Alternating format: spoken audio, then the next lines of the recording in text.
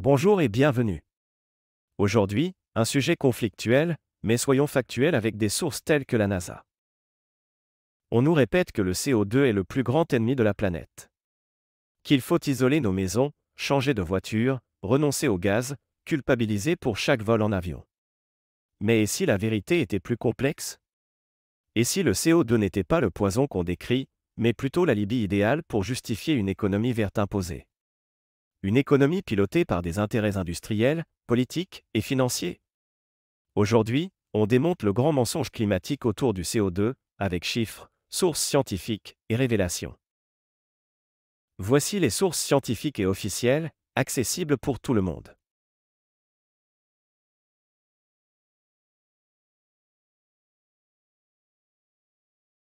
Comment mesure-t-on le CO2 à l'époque des dinosaures, soit moins 252 à moins 66 millions d'années?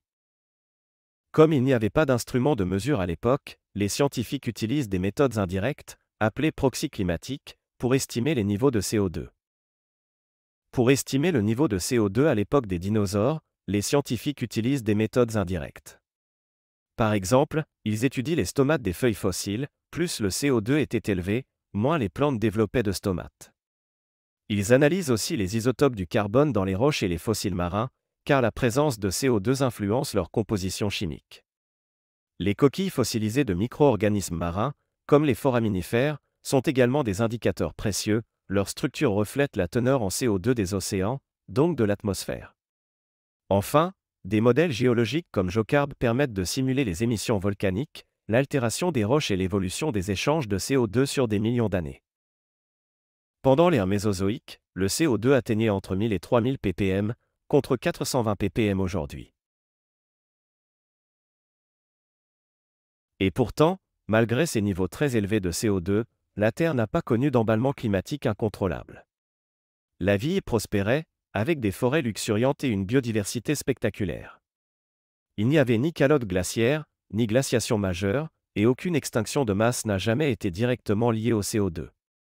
C'est ce que confirment les données paléoclimatiques de la NASA, les travaux de Royer dans Nature Geoscience, et les modélisations du professeur Bernet avec le modèle GeoCarb.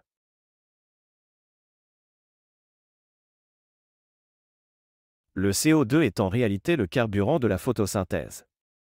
Lorsqu'il est plus abondant dans l'atmosphère, la croissance des plantes s'accélère, un phénomène bien connu sous le nom de fertilisation au CO2. Cela peut améliorer les rendements agricoles et favoriser naturellement la reforestation dans de nombreuses régions du monde. Selon la NASA, l'augmentation du CO2 au cours des dernières décennies a littéralement verdi la planète.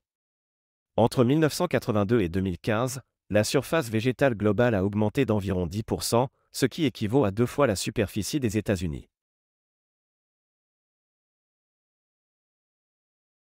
On nous dit, la hausse est trop rapide. Mais lors de l'éruption des trappes du Décan, il y a 66 millions d'années, le CO2 a augmenté de façon brutale en quelques milliers d'années. À la sortie des glaciations, le CO2 a pu grimper de 80 ppm en 1000 ans, soit un rythme pas si éloigné de celui actuel qui est de 120 ppm en 150 ans. Oui, le rythme est rapide. Mais pas sans précédent dans l'histoire de la planète.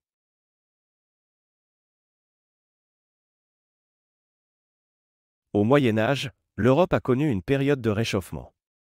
Au petit âge glaciaire, entre 1300 et 1850, les hivers étaient rigoureux, les glaciers avançaient.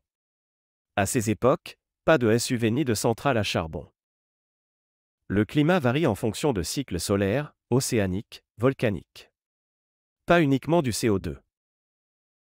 Le GIEC reconnaît dans ses rapports que d'autres facteurs naturels jouent un rôle clé, mais ces éléments sont systématiquement minimisés dans le débat public.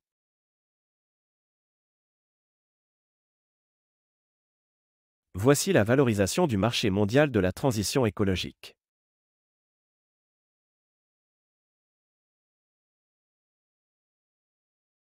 Total, plus de 2000 milliards d'euros d'opportunités industrielles.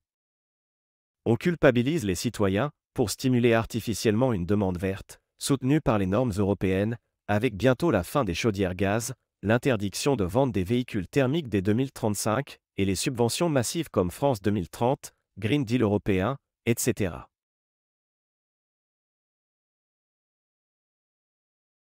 Ces fonds orientent les politiques climatiques à travers le lobbying de la COP et le grand reset de Davos. Les pressions sur les entreprises via les critères ESG et même les institutions. BlackRock, le plus grand fonds spéculatif mondial, est conseiller officiel de la BCE sur la finance verte. Il ne s'agit pas d'écologie, mais d'un nouveau cycle économique et financier basé sur la contrainte climatique.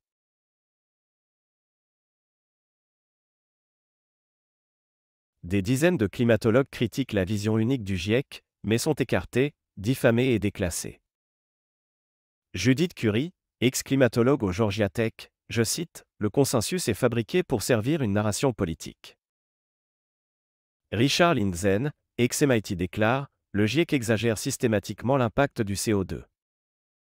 Aucun débat n'est permis, quiconque remet en cause le dogme est traité de climato-sceptique, voire de complotiste.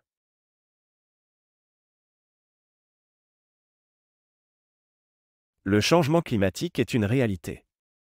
Mais le rôle du CO2 est de plus en plus instrumentalisé.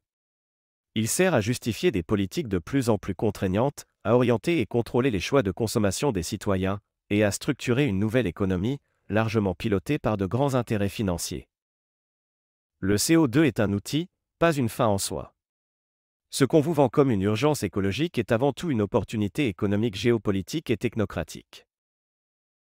Merci d'avoir suivi ce décryptage jusqu'au bout. Le sujet du CO2 et du climat mérite un débat rigoureux, ouvert et fondé sur les faits.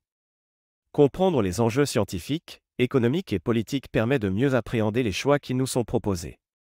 Si cette analyse vous a été utile, n'hésitez pas à la partager et à vous abonner pour d'autres contenus documentés et accessibles. À bientôt!